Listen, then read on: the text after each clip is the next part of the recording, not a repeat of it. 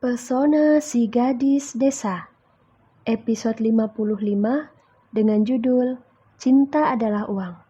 Selamat mendengarkan. Setelah pelajaran si guru pembunuh usai, Nania dan teman-temannya bergegas pergi ke kantin. Mereka perlu mengisi energi setelah dipaksa kerja rodi oleh sang guru dengan mengerjakan hampir 50 soal matematika. Hampir saja otakku menitikkan air mata gara-gara guru pembunuh itu, gerutu Nania sambil mengibaskan tangan di depan wajah. Kau benar, Nania. Meskipun semalam aku sudah belajar sampai larut, tetap saja otakku tidak bisa berfungsi dengan baik ketika membaca soal yang diberikan oleh guru itu. Rasa-rasanya semua soal yang aku baca sama semua, tidak ada yang masuk di akal, sahut salah satu siswa lainnya. Itu bukan karena otakmu yang tidak bisa berfungsi dengan baik, tapi matamu sudah rabun, bodoh. Celetuk Nania sembari menoyor kepala temannya yang tadi bicara. Ih, Nania, jangan menoyor kepalaku seenaknya. Lalu kau ingin aku melakukan apa pada kepalamu yang hanya berisi kebodohan itu, Ingin aku mencungkil otakmu lalu memberikannya pada anak ayam? Iya, sahut Nania jengkel. Sudah, jangan berdebat lagi. Bicara denganmu sama saja seperti sedang bicara dengan badut. Membosankan. Setelah berkata seperti itu, Nania dan teman-temannya langsung memesan makanan dan minuman.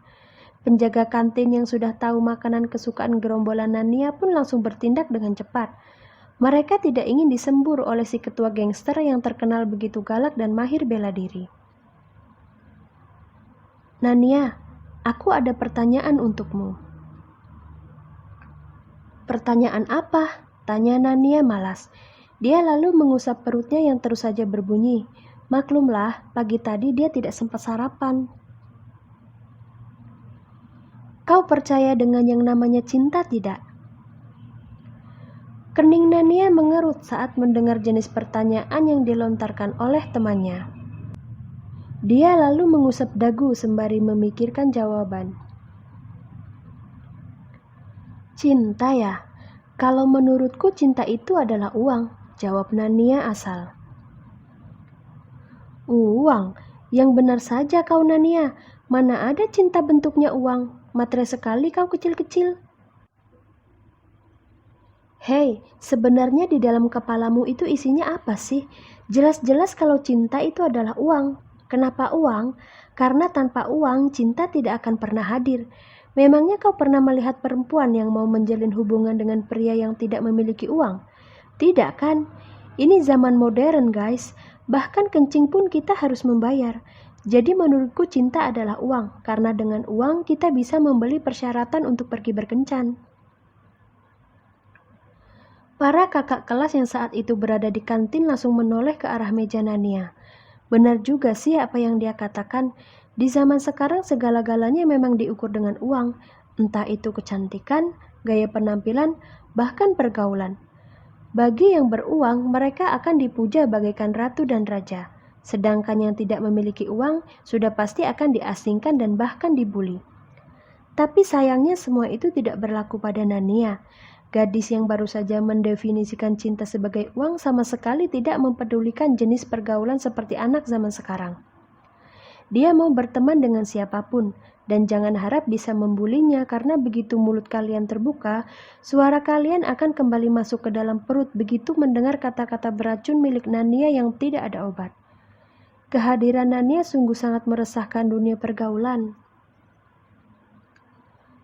Wah, akhirnya makananku datang juga, pekik Nania kegirangan ketika pemilik kantin membawakan makanan yang dia pesan. Nania, tumben sekali kau makan makanan kantin. Biasanya kan kau selalu membawa bekal dari rumah, tanya salah seorang siswa sambil menatap horor ke arah Nania yang langsung menyantap nasi goreng dalam keadaan asap masih mengepul. Kalau aku sampai tersedak gara-gara kau mengajakku bicara, maka bersiaplah tubuhmu akan kusantap sebagai pengganti nasi goreng ini. Mau? Ucapan Nania sukses membungkam mulut semua temannya.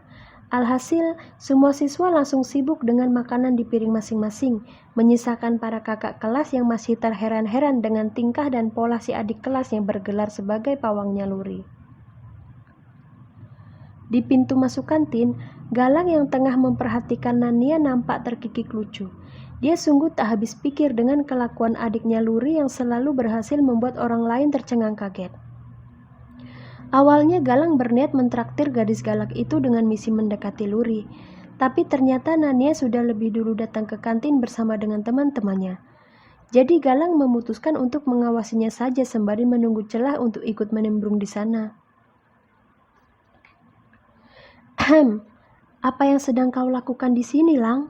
Tanya Marisa. Bukan urusanmu, jawab Galang acuh. Memang bukan sih, tapi aku merasa aneh saja melihatmu yang diam-diam mengintip adik kelas yang sedang asik menikmati makanan. Kau sebenarnya suka Luri atau Nania? Rasanya geram sekali melihat laki-laki yang kita sukai menatap gadis lain sambil tertawa.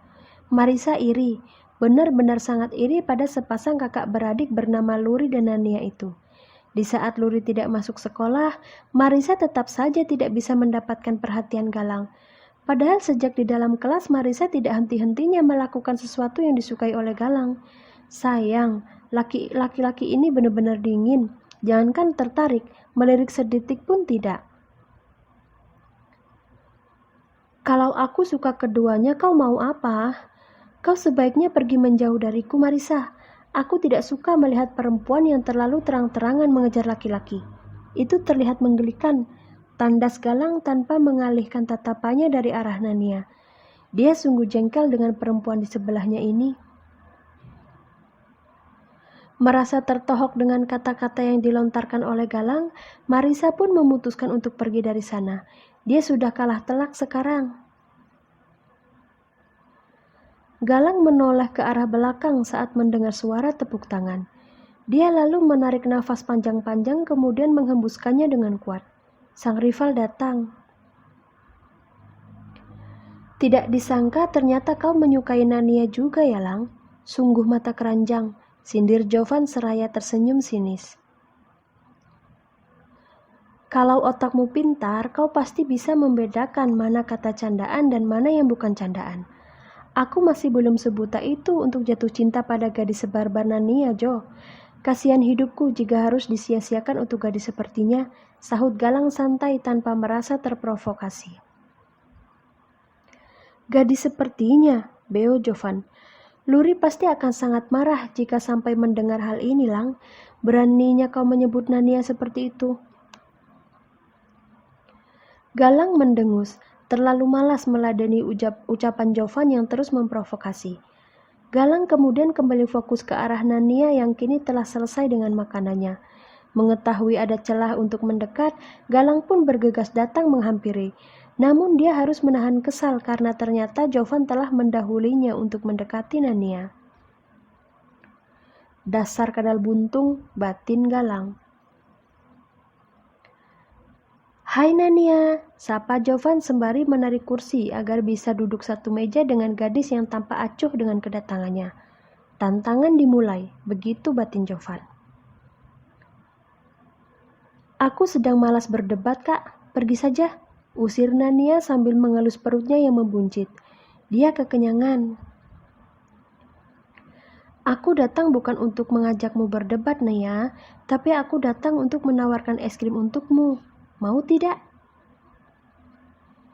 Nia menatap jengah ke arah Jovan kemudian mencebikkan bibir. Dia lalu berdiri, menepuk perutnya seraya mengucapkan kata yang membuat kakak kelasnya terdiam seperti orang bodoh. Nasi goreng yang masuk ke dalam perutku saja belum diproses dengan baik dan kau dengan percaya dirinya menawarkan es krim untukku. Kalau ingin melihatku mati kekenyangan, katakan saja terus terang, Kak. Jangan banyak alasan. Galang yang melihat rivalnya disembur oleh Nania tak kuasa untuk tidak tertawa.